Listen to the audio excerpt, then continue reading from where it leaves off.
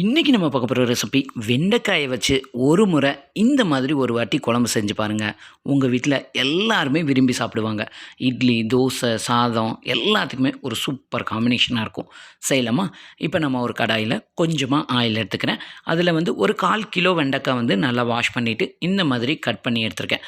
இதை இந்த ஆயிலில் சேர்த்து நல்லா வதக்கி விடுங்க. அடுப்பை மீடியம் ஃப்ளேம்லேயே வச்சுட்டு நல்லா வணங்கட்டும். பாருங்கள், காய் இந்த அளவுக்கு வெந்து வரணும். அது வரைக்கும் நல்லா வதக்கி விட்டுட்டு இப்போ இந்த காயை நம்ம ஒரு பிளேட்டுக்கு மாற்றி வச்சிடலாம். எல்லா காயும் மாற்றிட்டு இதே கடாயில் இன்னும் கொஞ்சம் ஆயில் எடுத்துக்கலாம். நான் இதை நல்லெண்ணெயில் தான் இந்த குழம்பு செய்ய போகிறேன். டேஸ்ட்டு சூப்பராக இருக்கும். ஸோ நல்லெண்ணெய் எடுத்துக்கோங்க. இது கூட 1 டீஸ்பூன் அளவுக்கு கடுகு உளுந்து, 1 டீஸ்பூன் அளவு ஜீரகம் நல்லா பொரிஞ்சதுக்கப்புறமா ஒரு 10 பல்லு பூண்டு கட் பண்ணி எடுத்து வச்சுருக்கேன். அதையும் இதோட சேர்த்துருங்க. பூண்டு பாதி அளவு வதங்கினதுக்கப்புறமா ஒரு 15லேருந்து 20 சின்ன வெங்காயம், கொஞ்சமாக கருவேப்பிலை, தென் இது கூட 2 வரமிளகாய் சேர்த்துட்டு இந்த வெங்காயம் பாதி அளவுக்கு நல்லா வதங்கி வரணும்.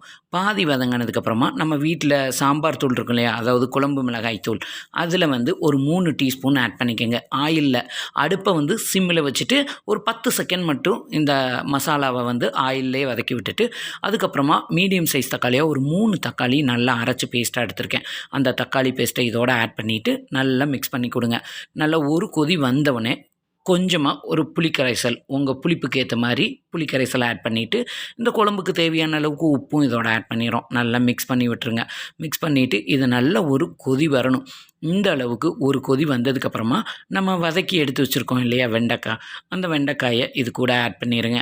ஆட் பண்ணிவிட்டு இதை நல்லா கலந்து கொடுத்துட்டு லிட்டை போட்டு க்ளோஸ் பண்ணிடுங்க. காயின் நல்லா வெந்து வரணும்.